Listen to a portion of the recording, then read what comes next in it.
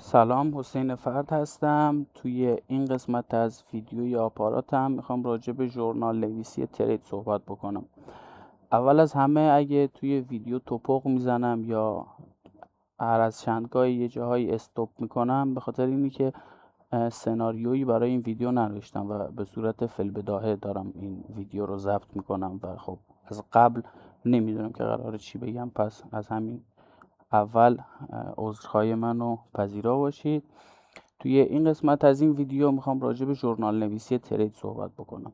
راستش یه مدت ترید که میکردم، خب برای ترید کردن شما نیازی که تمامی معاملاتتون رو مکتوب بکنید و بعداً به این معاملات برگردید و خودتون رو بررسی بکنید که ببینید چی کار کردید توی مثلا معاملات اخیرتون، کجاها درست پیش رفتید، کجاها اشتباه پیش رفتید، یا کدوم استراتژی شما سوددهتر بوده و که اگه تریدر باشید و چند تا چیز هم از ترید کردن بدونید، میدونید ژورنال نویسی چی.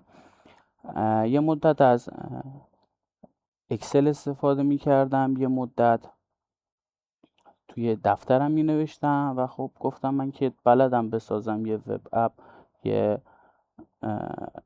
وب اپ بنویسم که حالا یه داشبورد باشه و توی اون ژورنال خودم رو پیاده سازی بکنم. در نتیجه تصمیم گرفتم بسازم، ساختمش و الان میخوام با شما به اشتراک بذارم.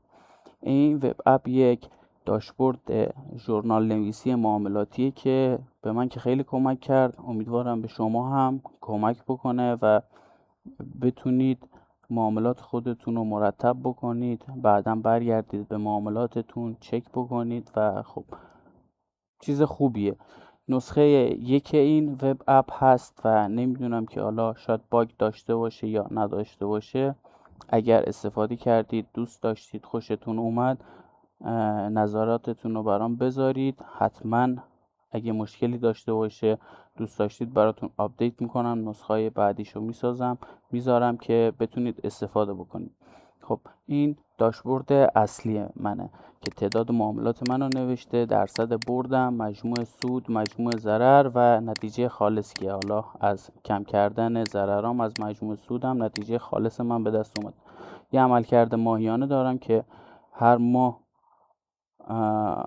راندمانم به چه شکل بوده، یه نسبت برد به باخت دارم، یه دونه عملکرد دارم نسبت ریسک به ریواردم که ریسک به ریواردام رو به چه صورت بودن، یعنی کدومشون سوددهی بیشتری داشتن و خب عملکرد استراتژی هام که استراتژی شماره 1 2 3 4 5 من به چه صورت عمل کردن و کدوم راندمان بهتری داشته یا اصطلاحاً سوددهی بیشتری برای من داشته. من استراتژی ها رو حالا جلوتر بریم توضیح میدم. به صورت عدد گذاشتم، استراتژی ننوشتم که اگر شما هم خواستید یه روزی استفاده بکنید برای خودتون تعبیه بکنید، مثلا فلان استراتژی من میشه استراتژی شماره 1 یا فلان استراتژی من میشه استراتژی شماره 2 که برای عمومم آزاد باشه و بتونن ازش استفاده بکنن. خب این قسمت داشبورد بود. قسمت ثبت معامله میریم.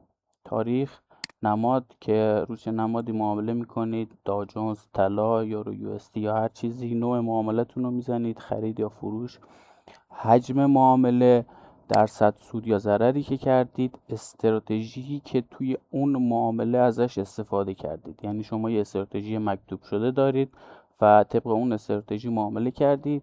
مثلا این معامله شما طبق استراتژی شماره 3 شما بوده، ریسک به ریوارد مد نظرتون مثلا ریسک به ریوارد 2 بوده، 3 بوده، 1. نتیجه معامله، کیفیت معامله از نظر خودتون که حالا چجوری بوده، یادداشت. این قسمت بچه‌ها خیلی مهمه. اون دلیلی که شما وارد معامله شدید، حالا فارغ از استراتژیتون، احساساتی که داشتید اون لحظه، نکاتی که میخواید ثبت بکنید، اسکرین شات معامله اون لحظه، اون ستاپی که دارید، اون تحلیلی که کردید رو بعدا شاید مثلا این ستاپ شما اشتباه باشه یا ممکنه متوجه بشید که آره من مثلا تحلیل من اشتباه بوده یا تحلیل من خیلی خوب بوده. به هر حال هر چیزی شما میتونید اسکرین شات معاملاتون هم بگیرید اینجا بذارید که بعداً توی مراجعاتتون بررسی بکنید، چک بکنید. قسمت سوم معاملات هست که اینجا ببخشید میاد برای شما میزنه که معاملایی که ثبت کردید، مثلا معامله قبلی من روی طلا بوده، فروش حجم 2 لات با استراتژی شماره 6، ریسک بریوارد 1، ریسک بریوارد 2، 1.5، 3، 4، حالا هر چیزی بستگی داره خودتون به چه نحوی معامله رو انجام دادید. سود و ضررهایی که کردید، کیفیت معاملتون، اینجا میتونید تفکیک کنید بر اساس استراتژیاتون، استراتژی شماره 1، 2، همه نتایج، برداتون، باختاتون، ضررهایی که کردید، سودایی که کردید، معاملهایی که ریسک فری شدن و سر به سر خارج شدید به هر نحوی. حالا میتونید از اینجا شما بنویسید، بخونید.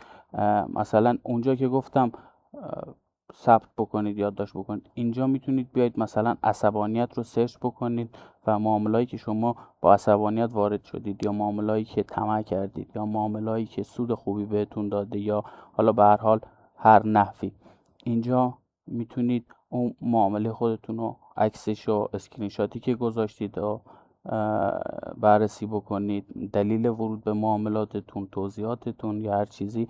اینجا میتونید ویرایشش بکنید معاملتون رو و اگه ادیتی دارید روی معامله خودتون ادیت بزنید و اینجا میتونید مثلا من سرچ میکنم پول بک، مثلا معاملهایی که من با پول بک وارد شدم رو اینجا میتونم بزنم نگاه بکنم. حالا عکسی از معامله نذاشتم، یادداشت رو نوشتم ورود بعد از شکست مقاومت و پول بک تمیز به ناحیه عرضه و تقاضا.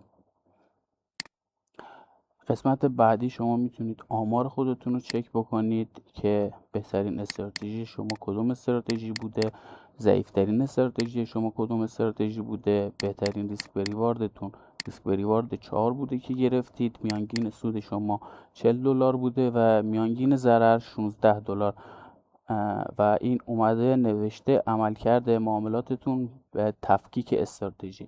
شما با استراتژی شماره 1 12 معامله انجام دادید که 70% سودده بوده، یا با استراتژی شماره 2 12 معامله انجام دادید که 67% سودده بوده و حالا به هر نحوی. یه قسمت تنظیمات داره که استراتژی که دارید و میتونید تصویرش رو بارگذاری بکنید. از اینجا مشاهده استراتژی رو بزنید، استراتژیتون براتون بالا میاد. چون حالا من استراتژی خودم رو به صورت یک مایند مپ نوشته بودم و اونو خروجی تصویر گرفته بودم، معمولا استراتژی خودم رو از اینجا چک میکنم، بررسی میکنم. شما میتونید CSV، خروجی CSV دریافت کنید که بعداً اونو تبدیل بکنید به اکسل اگه نیاز به اکسل دارید یا دوست داشتید اکسل استفاده بکنید، که توصیه نمیشه چون الان یک وب اپ ژورنال نویسی دارید برای معاملاتتون که شاید اونقدر کامل نباشه، اما اگه بازخورد بگیره و دوست داشته باشیدش و هر چیزی که نیاز باشه بهش اشاره بکنید، حتما نسخه جدیدش رو میسازم، توی اون نسخه جدیدش اضافه میکنم و خب آره دیگه همین. پشتیبانگیری جیسون یعنی شما دریافت نسخه پشتیبان کامل از تمام داده هایی که ثبت کردید. میتونید یه نسخه پشتیبان ازشون دریافت کنید که اینجا من بزنم میاد ژورنال بکاپ من سیو شد توی دانلودام و میتونم که بعداً هر جا خواستم آپلودش بکنم. وارد کردن فایل جیسون جایگزین داده‌های فعلی می شود، یعنی شما بکاپتون که دانلود کردید برای هر کی بفرستید اون میتونه نگاه بکنه، بکاپ شما رو چک بکنه یا به هر نحوی، حالا هر چیزی. حذف کامل داده ها یه حالت شب و روز داره این وب اپ که حالا این دیگه سلیقه‌ایه، هر چی دوست داشتید میتونید بذارید استفاده بکنید. و خب این یه نسخه آنلاین، میگم یه نسخه آفلاینه و برای استفاده کردن از این وب اپ شما نیازی به اینترنت ندارید. یعنی به صورت آفلاین نوشته شده. اونو دانلود میکنید، توی کامپیوترتون اجرا میکنید و ازش استفاده میکنید. خیلی خوشحال میشم اگر از این ژورنال من استفاده کردید. نظراتتون رو حتما راجبش بگید. اگه کم و کسری چیزی داره بهم بگید تا اونا رو برطرف بکنم و براتون نسخه جدیدش رو آپلود بکنم. در ضمن من این وب اپ رو توی گیتاب خودم آپلود میکنم که حالا لینکش رو توی دیسکریپشن فیلم آپارات خودم میذارم. وقتی فیلم رو آپلود کردم براتون لینک گیتابم رو میذارم که بتونید از اونجا دانلود کنید و استفاده کنید. خیلی خوشحال میشم که صفحه من رو دنبال بکنید و اگه نظری داشتید خیلی خیلی خوشحال میشم که نظراتتون رو بخونم و حتما بهشون دقت بکنم. متشکرم از اینکه تا اینجای کار با من بودید. یا علی.